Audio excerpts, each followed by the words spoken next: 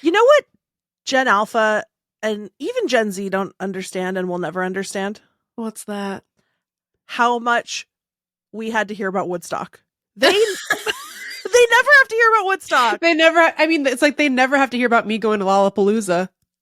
You know what I mean? It's true. How come that would be like the same? Yeah, why don't we Lollapalooza them the way that our parents Woodstocked us? I don't know. It just wasn't as good, I guess. It was no like offense. Jimi Hendrix wasn't there. I don't know. I feel like they all had a big weird. Why did they care about Woodstock so much? Why was that so transformational for their little brains? Was there never a concert before that? I think that there weren't so many things happening then. There was less entertainment. Yeah.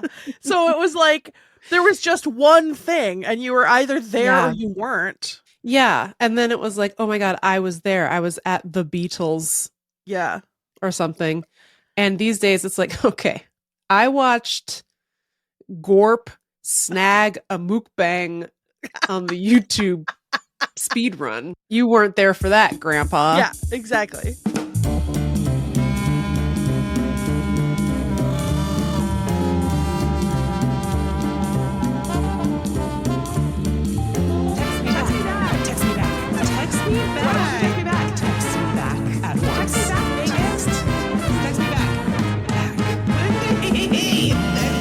I watched the Rizzler on Hot Ones.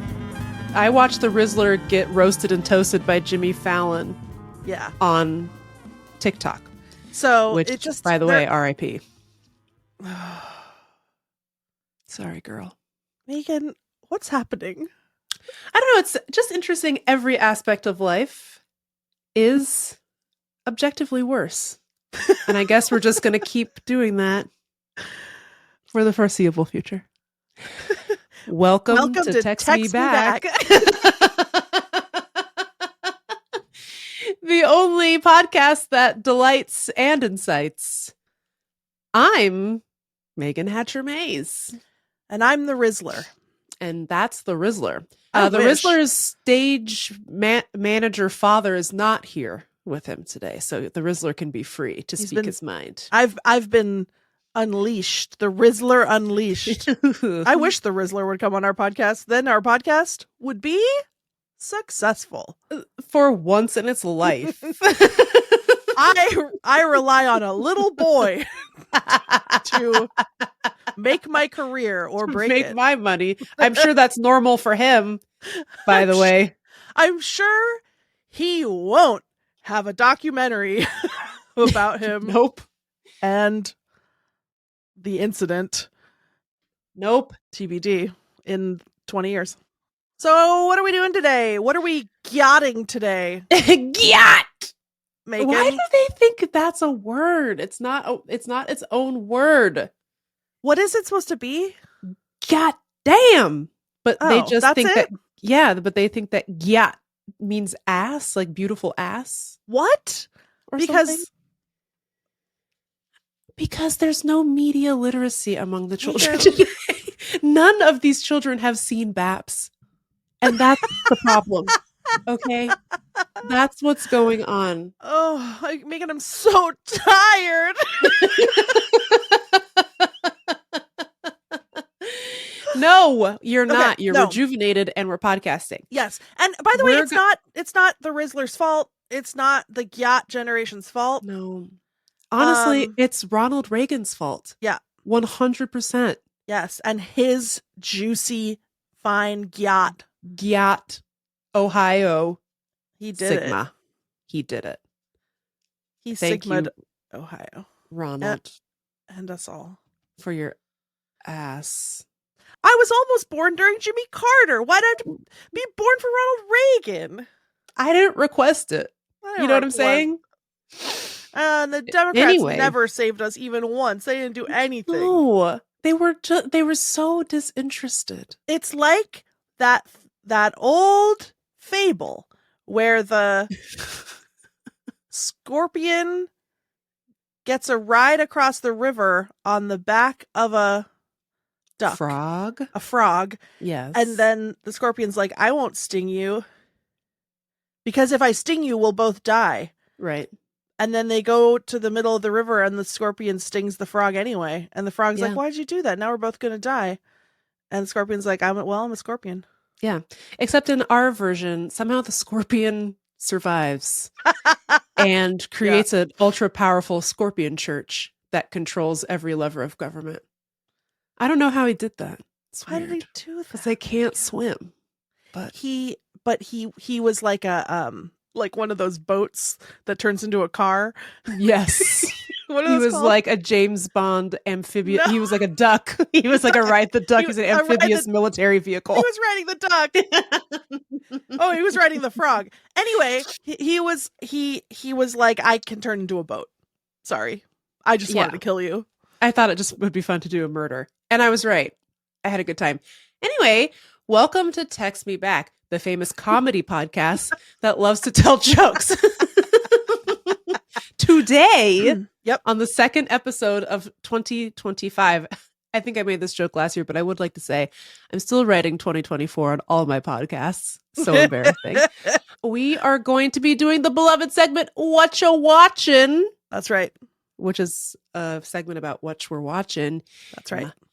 And because we have a special surprise, we received a special surprise in the best friend party phone. We will be doing a special segment called Dog Thoughts, which I will remind you is not about what we think our dogs are thinking about. It's our thoughts about dogs. You won't want to miss it. Don't get it twisted. Shall we commence, Lindy, with what you watching? What are you watching? What am I not watching, Meagan? I had an epiphany this morning when I was walking the dog, which is that my life is an entirely getting in trouble based economy. And, like I only do things because I think I'm going to get in trouble if I don't. And I only don't do things because I think I'm going to get in trouble if I do. Yeah. You know what I mean? Yeah. Mm-hmm. Mm-hmm. There's no agency in here, Meagan. In here. So I'm home alone this week for a few days because my dear partners are in New York City, Manhattan, to be specific. The Big Apple. The city that never sleeps. The New East York, Village. baby. That's right. So they're gone. So I'm here alone with Barry. And I didn't do anything, Meagan, at all for 3 days. Correct. Maybe 4 days. Yes. I dropped them off at the airport on Sunday morning, and then I just, and it's not even like I enjoyed it, I couldn't even really enjoy the horizontal time because I knew there was a darkness at its core. Just on the edges, on the horizon, you felt a dark spirit called accountability. Yes. Yes. Getting in trouble always lurks, Meagan. Mm-hmm. So there were stretches that I enjoyed. And you know what? You know why I didn't enjoy it is because, dog thoughts. My dog sits in the corner and stares at me. And so he's a stand-in for your judge. He's your judge, jury, executioner.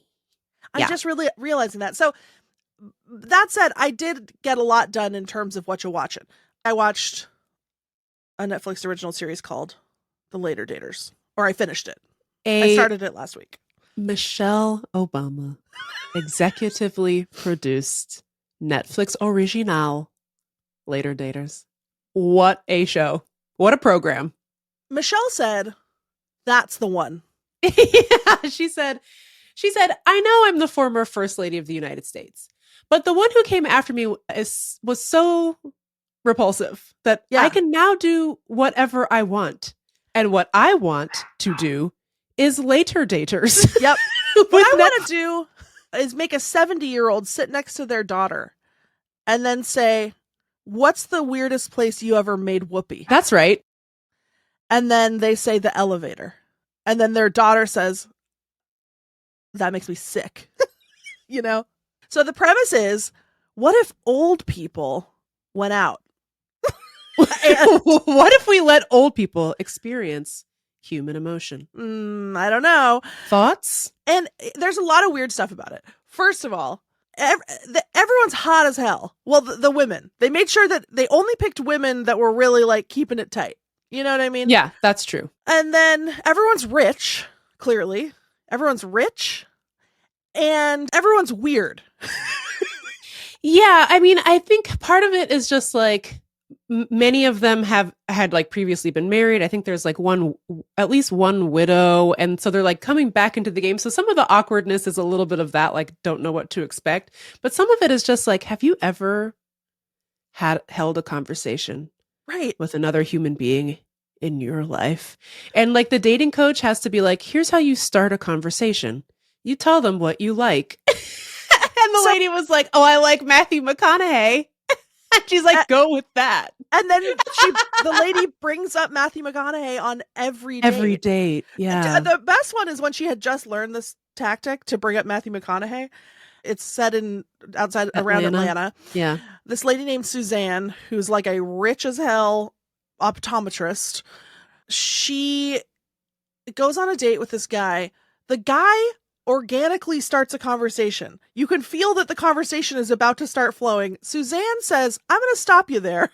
She interrupts the flow of the conversation to be like, I just listened to a podcast with Matthew McConaughey. What do you think about that? He's like, well, I think that's great. He's a hell of a guy. I don't know. But then that guy ended up being a very strange individual. Because I think that was the guy who he just jumped up in the middle of the date and was like, I have restless legs. He's like, I can't sit still. I have to get up and stretch. And she's like, and I was like, what is going on? That was so weird. That was so weird that I didn't even it didn't even register for me. I guess it's just weird because don't old people know how to have conversations? I guess not. Here's another problem. Our society is bad. Yes. And so the thing is men who are 65 don't want to date women who are 65. Yes. Right. They want to date women who are 25. These women. Like 35 max. Yeah. Right. And they can because that's. We allow it, I guess. That we legally say it's fine. It's fine. And then they just go for it. And also because men are so horrible when they're 25 that I understand. Like if I was 35 and some rich 65-year-old was like, I know. Do you want to be my wife? You can go on my boat. I'd be like, yes. Yeah, I do. Will you buy me a necklace? And he'd be like, yes. Good. Do you wash your ass? I mean, they almost all of them do. You can tell. Yeah, because they learned it in the army. Yeah, they learned how to wash their ass in the army. But so there is this sense of tragedy. Like I'm watching these women who are so beautiful and they're clearly working so hard to keep it together. Yeah. And I'm like, none of these guys, they want to be on the show, but they don't want to be with you. I know. Well, one of them specifically says that. Like one of them is like, oh, she's way older than what I normally date. And she's only like 5 years older, but she's like 62 and he was like 55 or 7 or something like that. Like he wasn't that much younger than her. And then he just was like, that's way too old for me. And it's like, is it? You guys could talk about Lollapalooza. Because Meagan, I hate to bring it to you, but I think the later daters are more our generation. I thought about that a lot when I was watching it. I was like, I'm 42. Like it would, like if I got divorced, it would not be that weird for me to go on a date with somebody who's 50. You know what I mean? And then I was like, and like obviously there's nothing wrong with being 50, but you as you age, you never think of yourself as being your own age. It's like there are people who are in their 50s, but not me. I'm only 26, so like that doesn't make any sense. But it's not true. I had this experience the other day where I was going to a place where you needed a code to get in. Like you had to punch a code. Game over. And they were like, okay, the code is 3737. And I was like, well, that'll be easy to remember because I'm 37. No, I'm not. I'm not. My husband just turned 44, as you know. And I was like, damn, bitch, that is crazy. 44, Jesus Christ. And then I was like, oh, I'm going to be 43 in like 5 months. Like, why am I acting like that's the oldest age I could ever imagine? Dude. Oh, man. I honestly think these contestants are very brave because, like, dating sucks regardless of your age, but like they have to like go back out into the world, and some of the people they have to date are psychos, like that guy Gerald. You mean George? George, yeah, George. What was that woman's name? Anise? Yeah, Anise. Yeah, she was amazing, by the way, and she was beautiful. Anise Patrice. I know. Anise Patrice. She was so beautiful. There's a couple of different problems with being a later dater. One is that the men don't want to date you if you're a lady. Yeah. And the other is that if someone is single and they're 70 and they're not widowed and they're not, you know, like, why are you single if you're like, right, great, normal, rich? Because handsome. You're not 2 out of the 4 of those things. So Anise, who's a real sweetheart, I really loved her. I really loved her daughter, Dwayna. Her daughter was so funny. She was so funny. I was obsessed with the 2 of them together. I know. Anise goes on a date. Her first date is with this guy named George, who was so funny. I have to assume he was personally cast by Michelle and Barack. Yeah. Michelle was like, that's my cousin.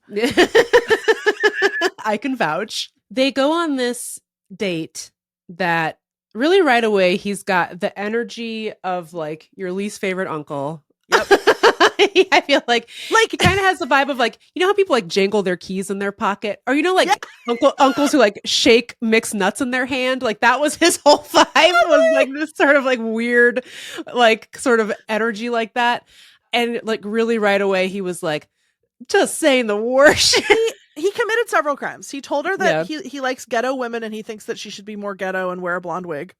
Oh my God, not the word ghetto in the year 2024. He said, how many kids do you have? And she said, I forget, 3 or 4. And he was like, all different dads, or how many dads? Like, well, she literally was like, why did you ask me that? Like I honestly in that moment felt like she wasn't even personally offended, but she was like, of all of the questions, why that one? Michelle I think she was cousin. Like she was like affronted that his conversational skills were that poor. Like it wasn't even, I mean, I'm sure she was personally offended, but I more so it came across as like, oh no, what happened to you? Like she was just like upset for his parents, you know? Yes. And then she was like, why would you ask that? And then he was like, basically was like, well, you know, some of these women. George, stop. George, you gotta stop. And then he said, she was like, where do you live? And he was like, I live in Charleston or something. What he said was, I date in Memphis, but I fuck around in Atlanta. And she said, my Uber is here. Yeah. So I just want to dip into the psychology of George. George is asked personally by Michelle Obama. Yes. George gets the call from Barack. Yeah. Hey, Michelle's doing this thing and she wants you to be on her show, The Later Daters. It's about finding love over age 55. And you get to go on a date with the hottest woman you've ever seen. Yeah, definitely the hottest one on this show. Probably the hottest in all of Atlanta in her age group for sure. Yeah, and George's like, great, I'm ready to go. I know just what I'm going to wear, which is the ugliest shirt and tie combo. Shirt. Yeah. He bought a clown costume from Spirit Halloween and turned the top into a shirt. He looks like then he wore Dwight that to Schrute. The date. Yeah. And yeah, so he takes her on this date, and then on camera, he's like, I'm not going to do anything good. Yeah. He said, that dating coach said, talk about Matthew McConaughey on a podcast, and instead, I'm going to talk about blonde wigs and fucking around. How does that sound? And everyone said, that sounds so bad. Yeah. That sounds really bad. By the way, when Anise was like, well, my Uber's here, the genuine shock that sprung forth from George's face is a sight to behold. He couldn't believe it. He was like, what? He thought it was going great. He thought it was going amazing. Like, he thought he had it locked down. And I was like, that's crazy. That's crazy. There's a lot to talk about on Later Daters, but I think the date with George is the pinnacle of the show. Absolutely. And I would put it, were I a TV critic, I would put it in my pocket and I would save it for December, and I would say one of the TV moments of the year, even though I guess it came out last year. But let's just say it doesn't matter. The way that I screamed watching it the first time alone, and then I watched it again and with your family, with my family, and I screamed just as loud, if not louder. It's so funny. Please give George his own television program. I'm begging you. Yeah, I'd like to see it. How come we don't do like a Flavor Flav style? You've been doing like Golden Bachelor, Golden Bachelorette. I've never watched any of the Bachelor franchise shows really, but why not throw George on there? That could be stressful for everyone. I would watch that. Oh my God. But like, good. Like on Flavor of Love, they would, and Rock of Love and A Shot at Love with Tila Tequila. Like, they would make sure that everybody on there is a character. It wouldn't just be like, oh, we got 20 hot girls and one hot boy. Well, yeah, they like would pick out a name, a fake name. That's why we all know her as New York and not Tiffany. Thank God. Exactly. God, so what I'm saying is, okay, we got George is the Bachelor. New York is his dating coach. And then you get the 20 craziest old women on the Eastern Seaboard. No. How about at the end of each episode he says, "Will you accept this wig?" And he gives them a blonde wig. He gives them a blonde wig. Yeah, that could be good. Hello, Netflix. You're welcome. Michelle Obama. Beep, boop, beep, boop, beep, boop, beep. Barack. New idea incoming, sir. So yeah, if you haven't watched Later Daters, I highly, highly recommend. If the former First Lady of the United States wins an Emmy for Later Daters, it will all have been worth it. Yeah, it will. I will stride into the Trump era part 2 with joy and hope. With my head held high. If you've watched Later Daters, will you message us? This show is so funny. And if you're a Patreon subscriber, let's talk about it in the Discord, please. In the What You Watching channel in the Discord. If you agree that Lori clearly should have just gone out with that Danny Glover foot fetish guy, please message me and validate me. Sorry, Felton doesn't like you like that. Felton doesn't like anybody. Come on. He was a piece of paper. He wasn't anyone. Yeah. Lori, Jesus. Do you want to know what I've been watching? More than anything, Meagan. I've been watching? What you been watching?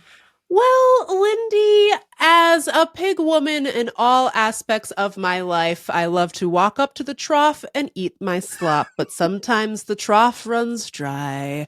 And I feel, yes, your hand is raised. Can we get it? Can we get the drop? Pig DNA. Yeah, I got it, Keith. Thanks. Over the course of this winter break, I watched every show. I ate every morsel of slop. Not a molecule of slop was left behind. I watched Later Daters. I watched Harlan Coben, volume 1 through 38. I watched The Ultimatum. Oh, God. Because I was 2 seasons behind. Nightmare, Heterosexuality is a Prison, etc., etc. I watched Accident, Suicide, or Murder. I watched every single episode of Dateline again. I've seen them all. I was watching sports because I needed something to watch. Were you watching basketball? I did watch a little bit of basketball, but mostly just watched the halftime program with Ernie, Chuck, Shaq, and Kenny. I didn't really watch the games. And I watched the Beyonce Bowl, of course, which counts as sports. Yep. That counts as sports. As far as I know, she won that game. We should have a new segment called That Counts as Sports. That counts as sports. And she's going to the playoffs. So congrats to her. Unopposed. Unopposed winner of the Super Bowl, Beyonce Giselle Knowles Carter. Okay. Sounds good. Congrats, babe. NFL Hall of Fame, Beyonce. Okay. Anyway, so I watched everything and then I kind of went back to TikTok. I've been trying not to watch so much TikTok because it's like about to get banned for doing espionage on American citizens or something. You got to wean yourself off. Yeah. So I was like, I should stop watching this, even though I find Instagram Reels to be horrific. And that's partly your fault because my algorithm is completely destroyed by the 70 to 80 videos you send me on a daily basis about the ice wall, which I don't even watch. I don't watch anything that you send me. Can I say something to you? Go ahead. You should watch them because hear me out. I watch a lot of videos per day. No kidding. And I only send you the tippy top cream of the crop. Please. Meagan, I'm not sending you waste of time videos. Don't be disgusting. There are waste of time videos. I send those to Hester. To you, because I know that you are sensitive and judgmental, and that it every video that I send chips one grain of sand out of our friendship. Yeah, there's very little left. Yeah. I send you almost nothing. That's so false. I will post a video of me scrolling through every video you send me on a daily basis. Okay, as long as you show the date stamps so that they can see that it's not more than 1 to 2 per day. Never react, never respond. Anyways, so I went back on the TikTok and I was scrolling to my heart's content and I started getting served these little shorts of, like, I guess ostensibly hot young people getting into sort of like soap operatic kerfuffles. And I was like, what the fuck are these things? And then unfortunately, Lindy, I couldn't stop watching them. So these little things are called like Reel Shorts. One of the companies is called Reel Shorts. One of the other companies is called like Babe Stories or something. It's basically like Quibi, if people remember Quick Bites. Quibi. It's like that joke on 30 Rock where they were like, we pioneered the micro sitcom, and then everyone said ha ha ha ha ha ha. Unfortunately, she was right. It's real, and it's called Reel Shorts, and but they're like promoted into my feed, and they're so bad, and I can't stop watching them. Like, they're sort of like romance novels, except Quibbies, except for the Quick Bites, but like the tropes are very similar, like enemies to lovers or second chances, things of this nature. Mm-hmm. But for some reason, every single one of these, it's like the girl has to get married because her dying grandma/grandpa wants to see her married before they die. And so she'll just find a man and be like, will you marry me to make my grandma happy? And the person will be like, yes. But of course, the man always has like a secret. And the secret 100% of the time is he's a billionaire. He's the billionaire CEO of Galaxy Corp.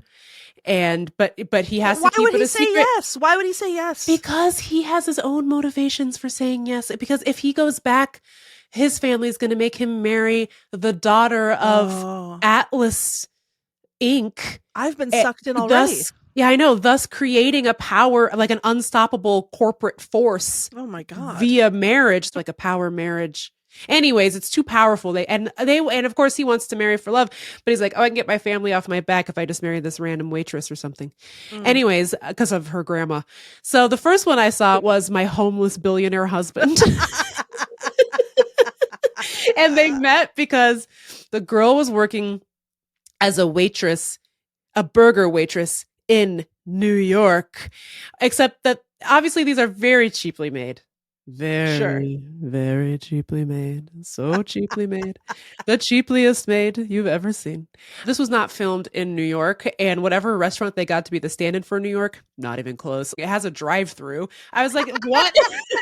What fucking burger restaurant in New York has a goddamn drive-through? But okay.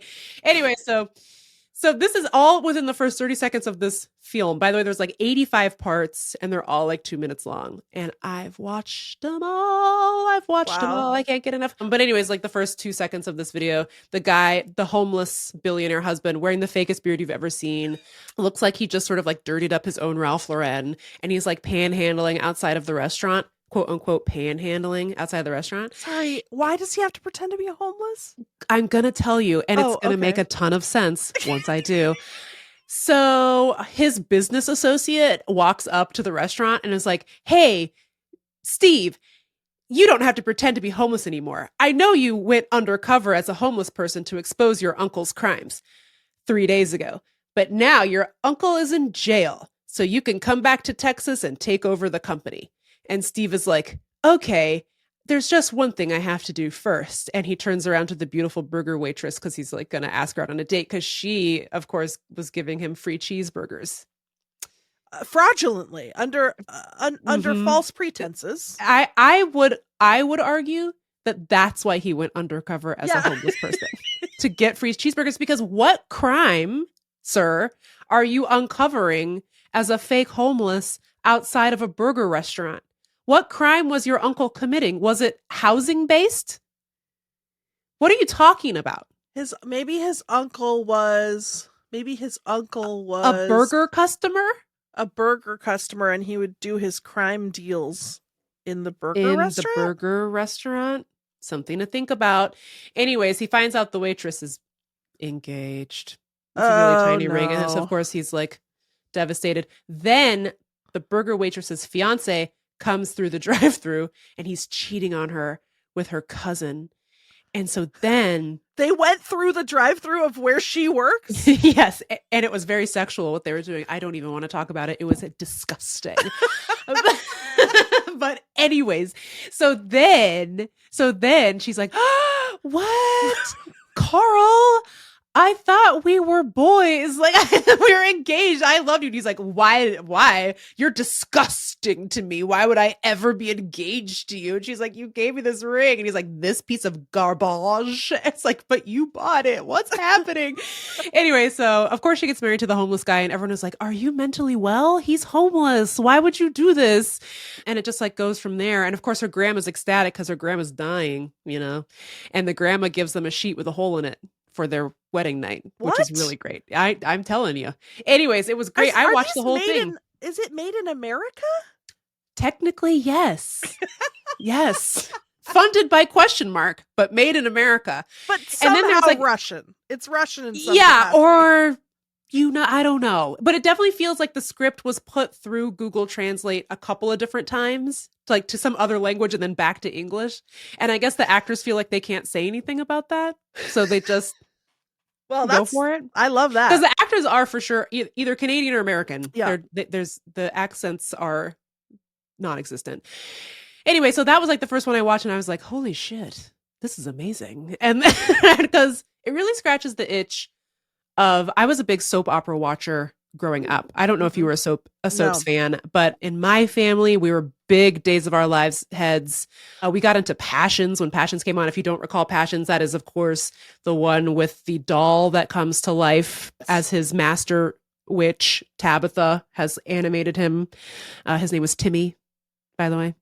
And also, I think that a really underappreciated aspect of Passions is that the main character comes back to the town where it takes place because she had to leave France because her best friend, Princess Diana, had just died. So canonically in Passions, the main character is best friends with Princess Diana. Okay, anyway, it was a great They don't make them like that anymore. They are not making the slop like they used to, man. This is the high I'm chasing. This is my drugs. So yeah, that's the high. I've been chasing the high of slop for forever, and these little reel shorts are insane. I can't stop watching them. I feel like a bad person almost. They're so stupid. Like there was one where I don't even remember what the conceit of getting these two people married was. I think both their grandmas were dying or something. Anyway, they got married but somehow didn't make eye contact at the wedding. So they didn't know what each other's names were or what they looked like. Yeah. Anyway, the wife ends up working for the husband. And the title of that one was like Chasing My Rejected Wife. But he was the one who rejected her. And somehow they didn't put it together for like 2 hours that they were each other's spouses. Yeah. Even though they were working together and she was like his executive assistant. Turns out he was also afraid of the dark. So maybe they got married in the dark. I don't know. Why would he get married in the dark if he's afraid of the dark? I don't know. It was weird. And then they find out that they were married the whole time. Okay, you know what this is, Meagan?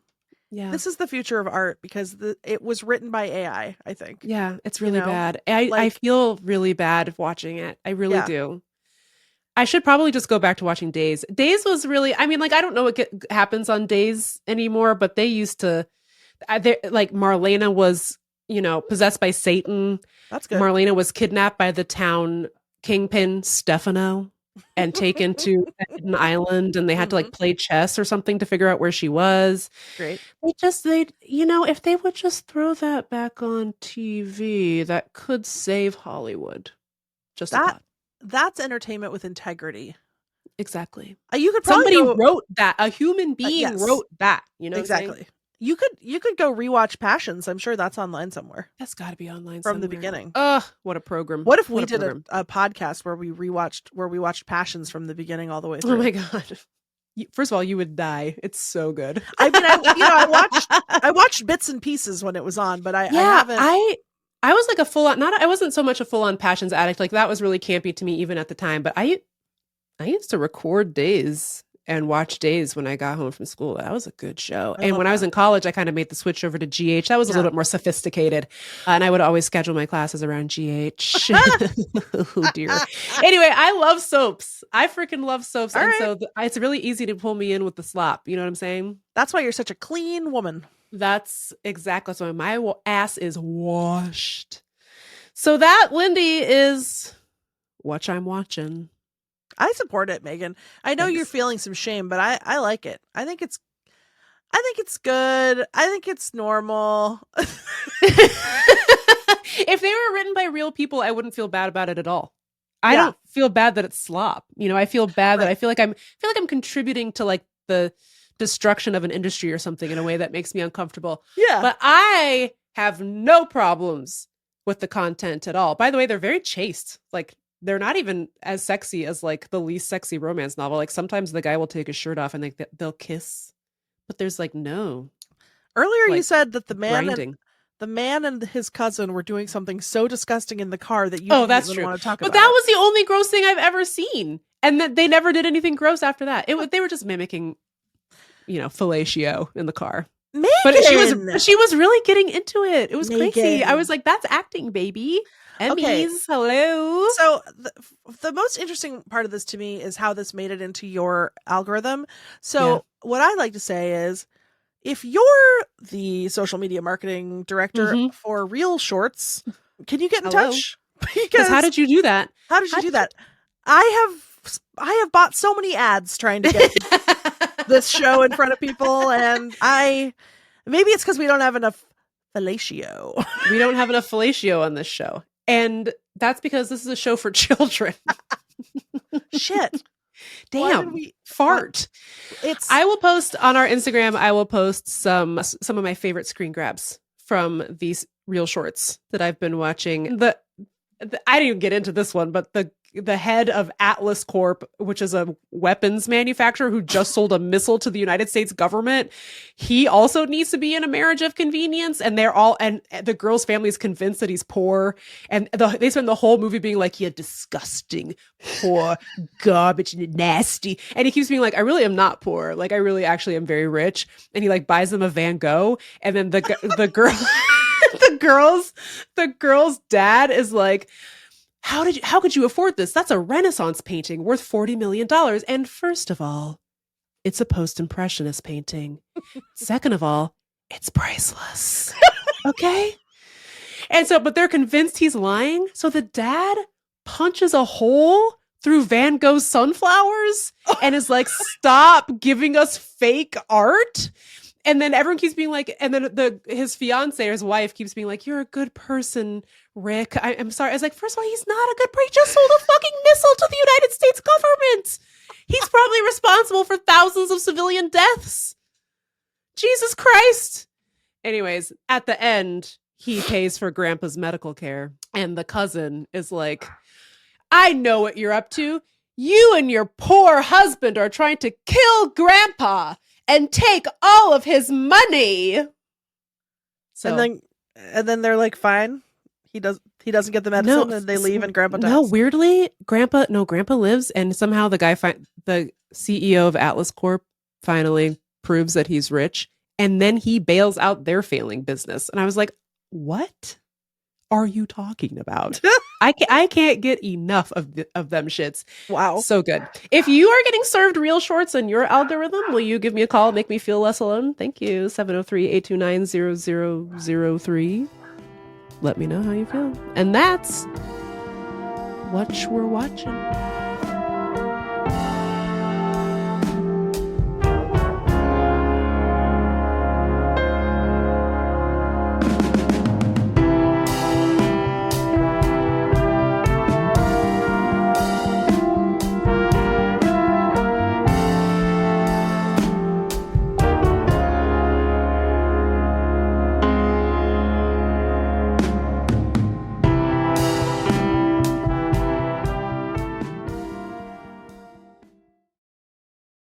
Lindy.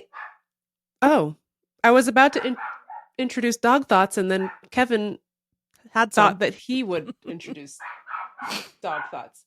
What Kevin's not understanding is that's not the conceit. It's not the conceit of the segment. Nobody understands this. It's not what is my dog's thought. It's what do I think about my dog? Why doesn't he understand? What are you thinking about your dog right now, Meagan? I'm thinking he's ruining my podcast. That's what I'm thinking. And I'd also like to say one other thing. 100% of the reason we are about to do this segment is because we received a gift through the best friend party phone. Actually, it was a best friend party email from Chelsea. And wait till you hear this shit, gang. You're going to die.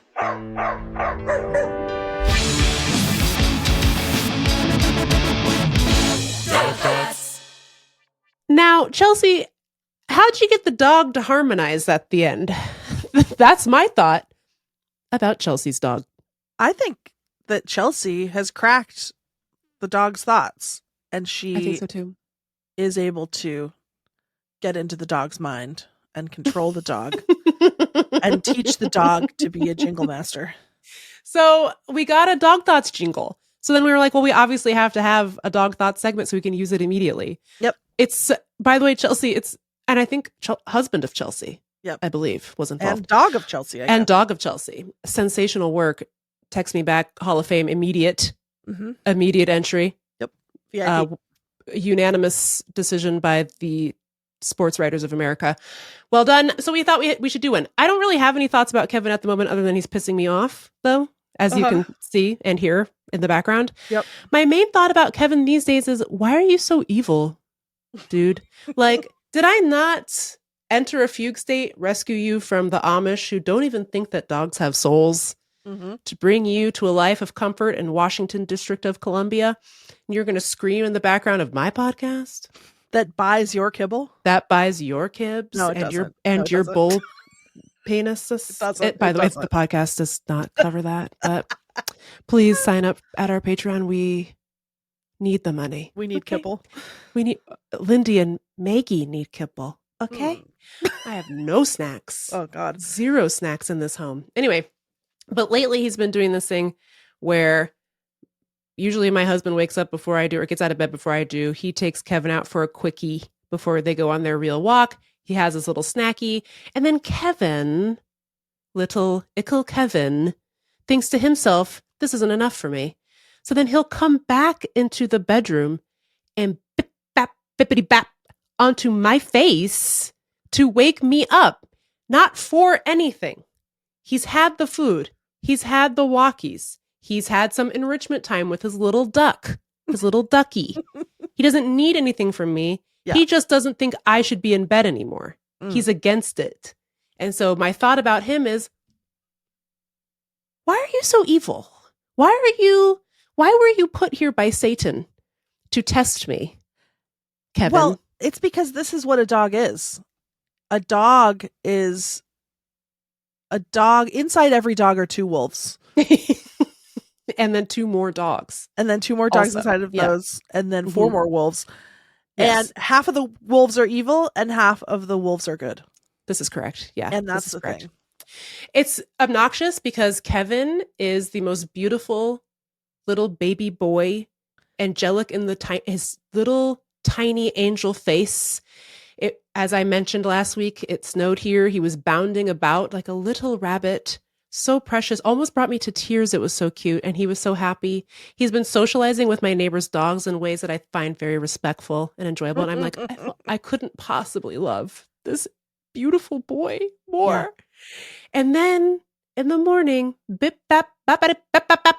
And it's not even that, because I'll cover my face with a blanket. He's figured out how to tunnel the blanket down, thus exposing my face to more baps. You see? He's getting in there. And you know what he's doing? He's saying things to me such as rawr, rawr. It's not like a quiet, you know what I mean? It's like every aspect of it is deranged. It's demented. It's of Satan, you know? And this is, Lindy, the duality of dog. Yeah. The double D. The double D. He got you with the double D. He hit me with the double D. He motorboated you with his double Ds. And I couldn't get enough. Well, okay, so let me suggest a reframe. When you get the bap bap bippity bap, you could look at it as Kevin being evil and disturbing your sleep for no reason. I could. Or you could look at it as Kevin loving you and wanting to spend time with you, much like a friend who sends you funny videos on the Instagram. I don't have any friends like that. So, who do you have like that? Not an enemy, I hope.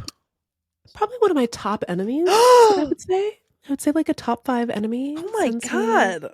37 videos per day. But I'm just saying, like, why can't you take the bippity bops with the spirit? And I'm not talking about myself here. I'm talking about Kevin. In the spirit in which they were intended, which is a spirit of love. Now, interesting. No pressure, because there's nothing I hate more than when Barry wants to spend time with me, because it's never when I want to spend time with him, you know? He never wants to snuggle with me again during accident, suicide, or murder. No, it's never then. It's always it's always 7:56 a.m. It's like, I just need 30 more minutes, dude. When I'm watching my Harlan Coben, that's when Barry stands in the door to the garage and screams yarp, yarp, yarp in his baby voice. Evil. And it's like, first of all, it's dark outside. You want to play Frisbee in the dark? No, you don't. It's actually not possible. You can't even see. You can't even see in the daytime, man. Second of all, you won't even let me have the Frisbee. Like, all he wants is for me to stand 3 feet away from him while he holds the Frisbee in his mouth. Like, yeah, look what I got. He wants to do that for hours. And I'm like, I can't stand here. But then literally at the same time, while that's happening, my heart is bursting. And I'm like, I would die for you. You're the cutest boy I've ever seen. I know. I love you so much. I've been thinking lately that if a cougar were to attack us, or actually, I'm home alone. If an intruder came into the house to murder us, I would say, please kill me and spare my baby son. Leave Barry out of it. Yes, leave Barry out of it. Yeah. The other day, Kevin brought his duck outside on our walk with us. And I was like, that's my son's son. I love him. Today, I took Barry on a little morning walk in the woods. Cute. And to give him a little extra exercise, I was throwing a stick into the bushes for him to find. I love it. Because it's incredible. His skills, he can always find it, no matter how far you throw it. And it's just a stick. And you're basically throwing it into an ocean of sticks. And a pile of other sticks. He comes back with the same stick. It's crazy. And he will give it as long as it takes. He will stay in the ferns, in the bushes, in the brambles, looking for the stick until he finds it. It's incredible. So we did that for a little bit, and then I had to come back to podcast. He carries his stick. I had to let him off the leash because he was so excited about the stick. He goes trotting home proudly with his stick. And then he has learned, Meagan, he learned something, which is that he's not allowed to bring his stick in the house. Stop. So he went around to the side gate and he waited to be let into the yard with his stick. Stop. This is duality of dog. I hate them though. I know, they're so I mean, Barry's like ruined my relaxation time because all day long, yarp, yarp, yarp, frisbee, frisbee, frisbee. I know. So anyway, I don't know how we survive this. I don't know. Emotionally. Do you want to hear the song again? Would that help? Yeah, I would.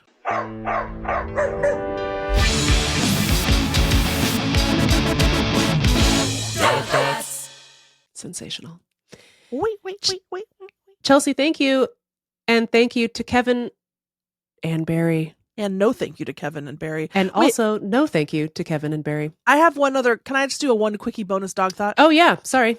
Why do bull penises cost so much? In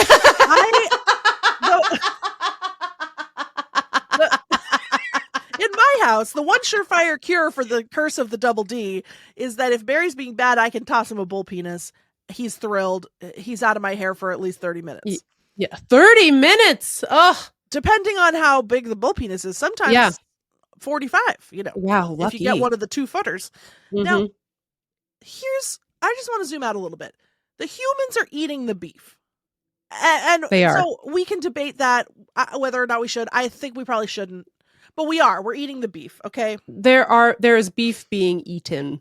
There's beef being eaten. There are cows being taken apart for their meat. The penises are there. You know what I mean? Right. The penises. It's cast-offs. Presumably before some frickin' deranged maniac said, some absolute degenerate serial killer at the fucking butchery was like, you know what we could do? We could dry this and give it to a dog to chew on. Presumably before that, they were being thrown away, the bull's penises. Right. Sure. Right? Unless they were being ground up and made into kibble. I don't know. But I would suspect they're being thrown away. So. Yeah. Why do I, to get 30 minutes piece, have to go to the pet store and spend, not joking, $38 on one bull's penis? That's over $1 a minute of piece. It is. And it's like, because Barry's a big dog, because you can get little tiny bull's penises. Oh yeah, but those don't last long enough. No offense to the bull. Yeah. For not as much, but like the kind that Barry needs are like 2 feet long and thick. And by the way, I'm sorry, a bull's penis is 2 feet long? What are you talking about? What's it? Does it go back up inside? Where is it? Wouldn't it be dragging on the ground? How tall is a bull?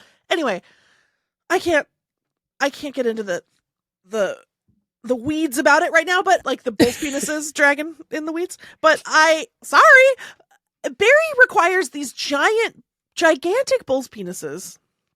And there literally are, like, I would say $40 to $50 for one. Yeah.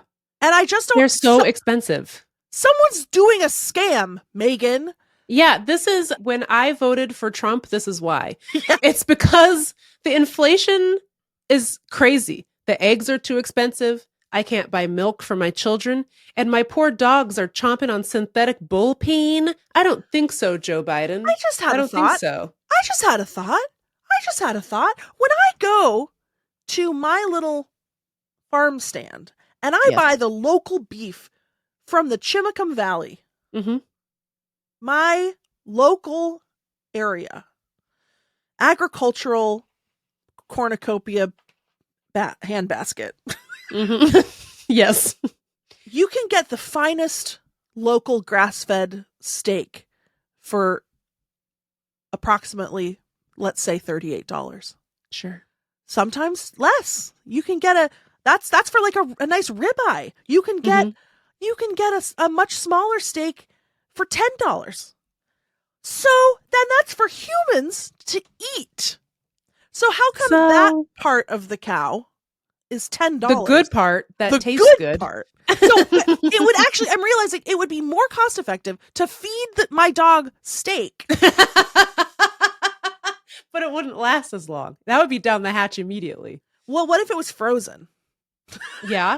Because there's no way that the bully stick bull penises are coming from like a grass-fed, a bull that got to like listen to Yo-Yo Ma. Was killed ethically in a Temple Grandin homicide chamber. Exactly. I don't think so. I don't think so. What the hell, Meagan? I can't answer the question. I think it was Joe Byron. I think it was him who did. I think it was Dark Brandon raising the prices of the bull wiener. Damn.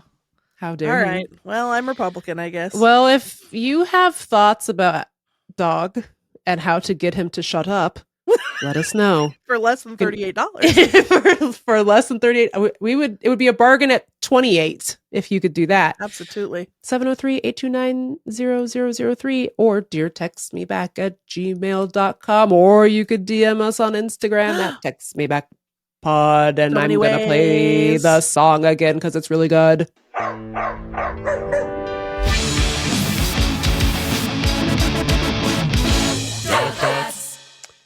Thanks, Chelsea. It's our only rock and roll theme, you know? I know. We got a lot of jazzy themes. We got some classical themes. It's a genre bender. Thank you, Chelsea and husband of Chelsea. Okay, we'll be right back. And then you're going to hear me say, well...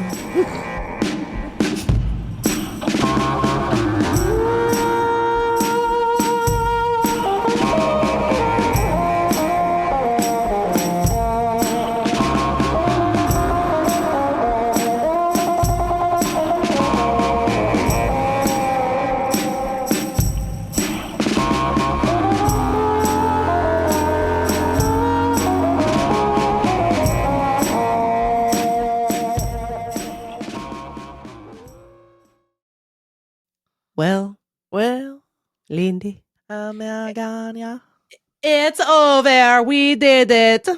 We did the show. It's our second show of 2025. And we thank you for listening to it and obviously subscribing to our Patreon, which I'm sure you're doing right now if you haven't already. From a website, not from the phone. It's cheaper on a website and not on the phone. So do that. And Lindy, you have something coming up that you would like to discuss. That's right, Do you Meagan. remember? Yes. I'm teaching a class. Ooh. Dr. Lindy West. As you know, I'm a doctor now. I've gotten my doctorate in letters. Arts and letters. Humane letters. And that got me thinking I should share some of my knowledge, my doctor knowledge with the world. Mostly. Yeah, mostly I know all my letters. Yeah. All 26 So, all right. I don't know. But I'm teaching a class. It's called How to Be Funny When You're Sad. It's about writing a humorous memoir because that's the thing that I know how to do the most, which is here's something bad that happened to me. Ha ha ha ha ha ha ha. But I'm really excited about it. It's a 3-session online class. Each session, I think, is an hour. It's in February. You can find the details in the show notes and also on my Instagram and on my... I will add it to our link tree. So it'll be if anyone ever looks at our link tree. Oh my God. But that's just the same as going to Instagram. So whatever. But yeah, you can find it in many places. I've written about it in Butt News. The info's out there. Or you can just Google Lindy West, How to Be Funny When You're Sad. And that's what I did when I needed the link for the show notes. It was so easy. Thank you, Megs. I should have done that for you. No. So sorry. So we're doing 3 sessions. The first one, I think we're going to talk about, okay, how do I decide what to write about? How do I navigate my mother? How do I... my family will read this question mark? My family... How do I decide, like, what's too sad to be fun?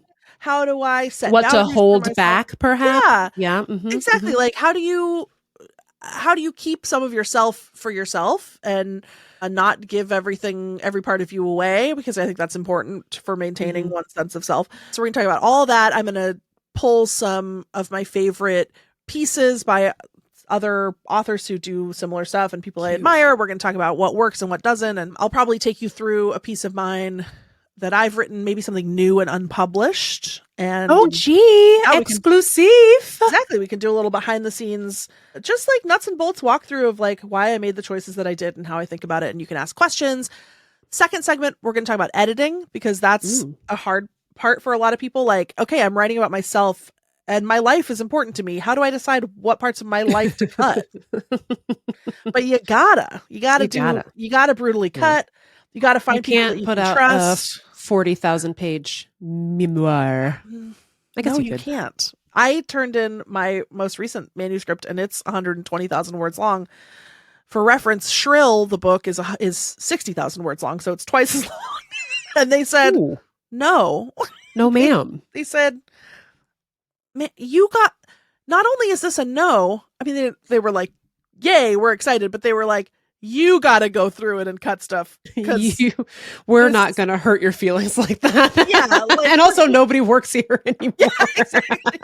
So like, we got to learn how to self-edit. We got to learn and how to like identify which of our darlings to kill. Episode 3, the third class, I think, is just going to be open forum Q&A. So you can ask me anything you want about the industry. Amazing. I think it's going to be really good. People should sign up ASAP. And it's ticket selling fast, I assume. Yes, tickets selling very fast, but it's virtual, so there's not really a cap. Is it better marketing to say there's a limited number of tickets, so buy now? I don't know. I need to take a 3-session marketing class. But there's also I'm sure teaches that. There's also no questions asked scholarships if you can't afford it and you really want to take it, and you can sign up for that, and let's do this. Let's write our special stories. Because I think the fuck else are we doing in 2025? Other than passing away. Wouldn't you rather write a story than curl up in a ball and die in the Gulf of America? I would. I think we got to end on a nicer note than that. No, but people should sign up for your class. It looks really, really good and very interesting. Click on the linky link. Yeah. We will end on the happy note of we're so glad to be back making the show every week. And hopefully we have lots of exciting things in store for you in the year of 2025. And we appreciate you all supporting the show because we literally cannot make it without your support. So please. We love you. Literally begging you. Subscribe to our Patreon. Please. I'm so hungry. For kibble. For kibble. Bye.